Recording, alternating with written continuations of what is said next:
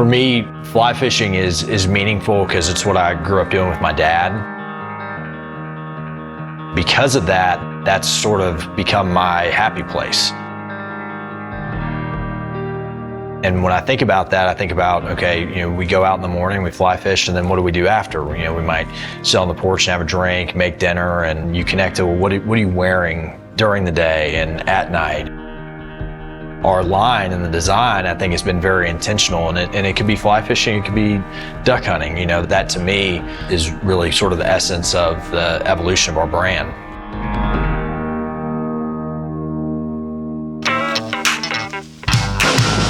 The idea came from just observation of things that I liked and didn't like in the marketplace. There was a lot of golf brands, there was a lot of nautical, what I would call preppy brands, but there really wasn't a brand that spoke to the avid outdoorsman and what you would wear after the hunt. And Bryce and I originally met through a mutual friend. Spoke to him about the possibility of joining me in pursuing this dream that we had. And had some drinks at the Growler and had enough beers to convince ourselves that this was a good idea to pursue. As a biologist, the blue-winged teal is a duck that's quite familiar to me and one that I've seen around quite a bit in my travels. The idea for a blue-winged teal coincided with the word GenTeal, and that means something, right? So if somebody's wearing a shirt that's GenTeal, they are themselves acting in a GenTeal manner. That was a no-brainer.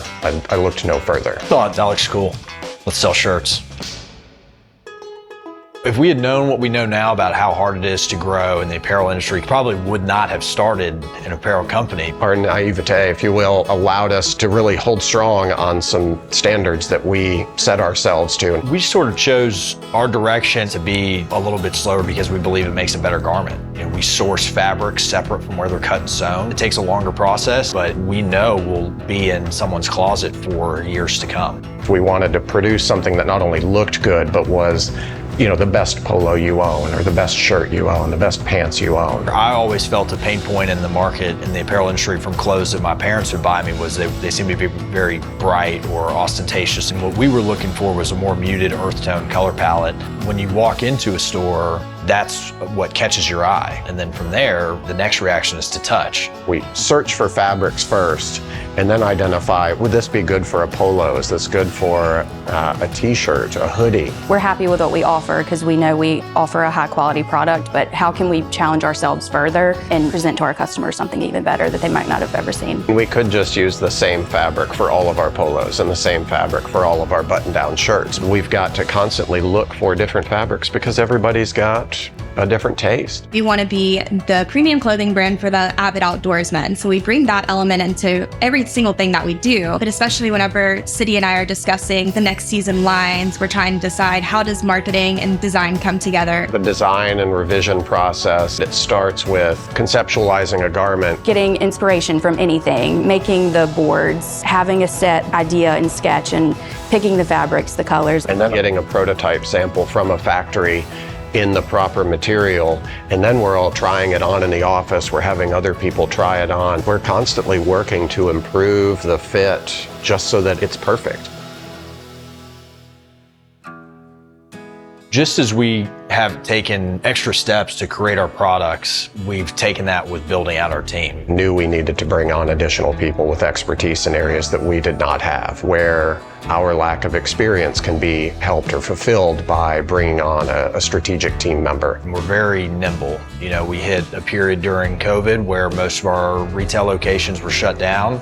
So we approached a lot of golf pro shops and we found a sales channel that was accepting of our brand. We applied for collegiate licenses and have been incredibly successful with our collegiate line of products. The year started with quite a surprise. Middle of January, we're hunkered down at home, getting prepared for the unusual, uncommon snowstorm here in Oxford, Mississippi. And about 5 hours later, we get the call that our new warehouse and office space has collapsed. We lost every stitch of clothing. We'd moved in August, gotten a solid 4.5, 5 months in the building. It was something that was so waited for. Everybody was just so excited to be there, and then the collapse happened and everybody's just kind of, we were working from home for 3 months. A lot of people would have felt like that was the end, but our team was actually just a fresh start. It was quite a shock to the system, but it was an opportunity for us to strategize about how to do it better. It takes a great team to adjust and adapt, because everybody has a plan until they get punched in the face, and you have to be ready to make those changes.